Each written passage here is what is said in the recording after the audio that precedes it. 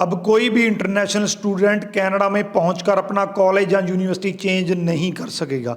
अगर करना होगा तो स्टडी एप्लीकेशन फिर से लगानी होगी, वीज़ा परमिट फिर से लेना होगा। जी हाँ, ये वो चेंज है जो आईआरसीसी के गैजेट के अकॉर्डिंग आने वाले दिनों में लागू हो सकती है। आईआरसीसी ने ऐसी कम से कम 5 या 6 चेंजेस करने का फैसला किया है।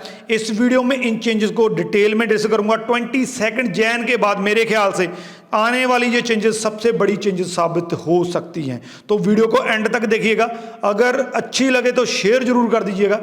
इससे पहले हमारा यूट्यूब चैनल जरूर सब्सक्राइब कर लीजिएगा, क्योंकि इस पर आपको बिल्कुल लेटेस्ट एंड इंफॉर्मेटिव वीडियोस देखने को मिलती है। तो बात करते हैं इन चेंजेस की। ध्यान से सुनिएगा और ध्यान से इसको समझिएगा, क्योंकि आने वाले दिनों में ये चेंजेस अनाउंस हो सकती हैं।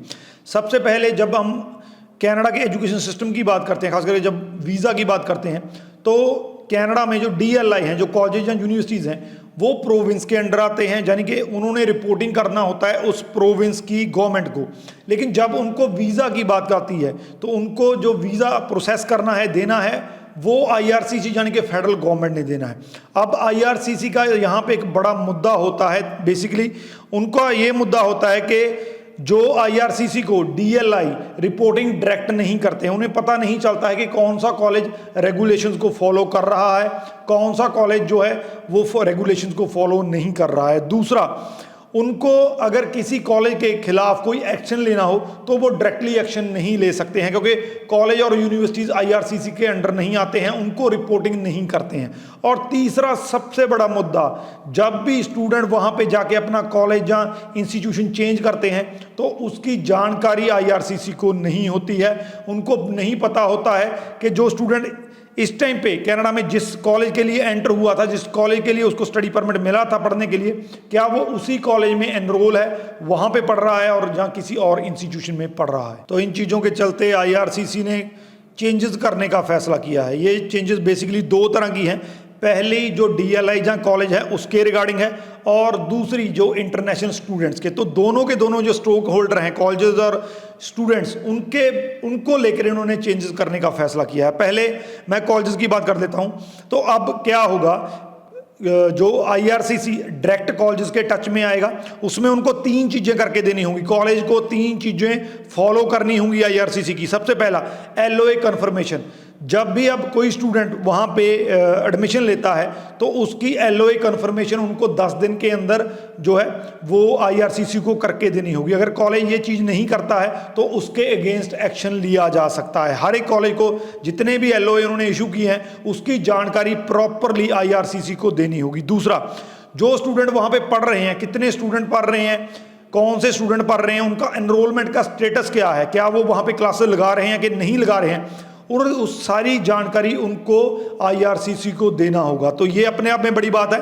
अब IRCC किसी भी स्टूडेंट का, अगर ये चेंज आती है तो किसी भी स्टूडेंट के स्टेटस को वो इजीली ट्रैक कर सकती है उस इंस्टीट्यूशंस के जो है कांटेक्ट करके। और तीसरा, अगर IRCC को किसी तरीके की, किसी स्टूडेंट के रिगार्डिंग, किसी चीज़ के स्टेटस के रिगार्डिंग कोई एडिशनल इन्फॉर्मेशन चाहिए होगी तो IRCC डायरेक्ट अब DLI से ले सकती है।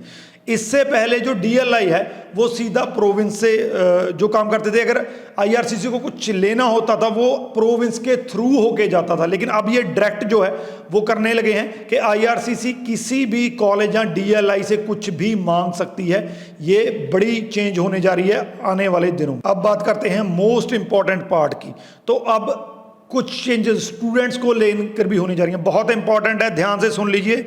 बहुत बड़ी चेंजेस होने जा रही हैं। सबसे पहले, जो भी स्टूडेंट वहाँ पे जिस भी DLI के जिसका उसको स्टडी परमिट मिला है, आपने किसी कॉलेज में एडमिशन लिया, कोर्स में एडमिशन लिया, आपको उस बेसिस पे स्टडी परमिट इशू किया गया है। अब आप उसको जाकर चेंज नहीं कर सकेंगे। आपको वहां से लेकर जो आपका प्रोग्राम है, मान लीजिए 1 साल का है या 2 साल का है, तो उसी DLI में आपको वो प्रोग्राम कंप्लीट करना पड़ेगा। ये पहली कंडीशन है। अगर आप अपना कॉलेज या DLI स्विच करना चाहते हैं, उसको चेंज करना चाहते हैं, तो आपको नई एप्लीकेशन लगानी होगी। जी हाँ, ये बहुत ही इंटरेस्टिंग है, क्योंकि इससे पहले अगर उन्होंने कहा था IRCC ने कि अगर कनाडा के आउटसाइड कोई भी स्टूडेंट, मान लीजिए इंडिया बैठा है, इंडिया बैठे ने उसने कनाडा जाने से पहले अपना कॉलेज जो है चेंज करना था, तो तो उसको एप्लीकेशन द्वारा नए सिरे से लगाना पड़ता था। लेकिन अब अगर आप कनाडा में चले भी जाते हैं, वहाँ पे जाकर आपने अपना कॉलेज इंस्टीट्यूशन चेंज करना है, तो भी आपको एक नया स्टडी एप्लीकेशन, नया स्टडी परमिट के लिए अप्लाई करना होगा, जिसमें आपको नए कॉलेज और नए कोर्स के बारे में लिखना होगा। इस चेंज को करने का बड़ा रीज़न ये है कि हर एक कॉलेज को अब पैल बांटे जाते हैं कि कितने स्टूडेंट्स को आप वहाँ पे रख सकते हैं। तो जब स्टूडेंट वहाँ पे कनाडा में रह के अपने इंस्टीट्यूशन चेंज करते हैं, तो वो पैल वाली जो गिनती है वो गड़बड़ हो जाती है। एक कॉलेज से निकलकर दूसरे कॉलेज में जाते हैं, तो जितने उसको स्टूडेंट का लिए स्टडी करवाने के लिए पैल मिले होते हैं, तो उसमें गिनती ऊपर नीचे हो जाती है। तो अब अगर आप वहाँ से अपनी स्टडी एप्लीकेशन आपको लगाना होगा, तो उससे क्या होगा, वो पैल की गिनती सेम रहेगी, आपको पैल कनाडा में रह के दोबारा से लेना पड़ेगा। और तीसरी कंडीशन जो है कि जब तक वो आपका जो स्टडी परमिट है वो अप्रूव नहीं हो जाता है, आपको आपका इमिग्रेशन स्टेटस वहाँ पे वैलिड रखना होगा। ये आपकी रिस्पॉन्सिबिलिटी है। हालांकि आप उस नए कॉलेज में पढ़ाई कर सकते हैं, स्टडीज़ को स्टार्ट कर सकते हैं, लेकिन आपका जो इमिग्रेशन स्टेटस है, आपकी एप्लीकेशन जो कनाडा में बैठ के आपने लगाई है दूसरे कॉलेज की, उसका रिजल्ट आने तक आपको वो स्टेटस वैलिड रखना होगा। तो मोटा मोटा मैं बता दूं कि आने वाले दिनों में स्टूडेंट डायरेक्टली DLI चेंज नहीं कर सकेंगे। अगर आपको DLI चेंज करना होगा तो आपको एक नई एप्लीकेशन कनाडा में बैठ के लगानी होगी। जब वो एप्लीकेशन अप्रूव हो जाएगी तब आप वो कर सकते हैं। तो ये अपने आप में बहुत बड़ी चेंजेस हैं जो DLI और स्टूडेंट्स के मामले में IRCC करने जा रहा है। ये वीडियो शेयर करने वाली है। मुझे पता है कि हर एक को इस इंफॉर्मेशन की ज़रूरत है, चाहे कोई कनाडा बैठा है, चाहे कनाडा जाने की तैयारी में है। तो इसको मैक्सिमम टू मैक्सिमम शेयर कर दीजिए, ताकि आपके नियर डियर को, आपके फ्रेंड्स को इस अपडेट का पता चल सके। इस वीडियो के रिगार्डिंग अगर कोई क्वेश्चन है तो नीचे लिख दीजिए, आपको आंसर मिल जाएगा। राजवी चहल, थैंक यू सो मच।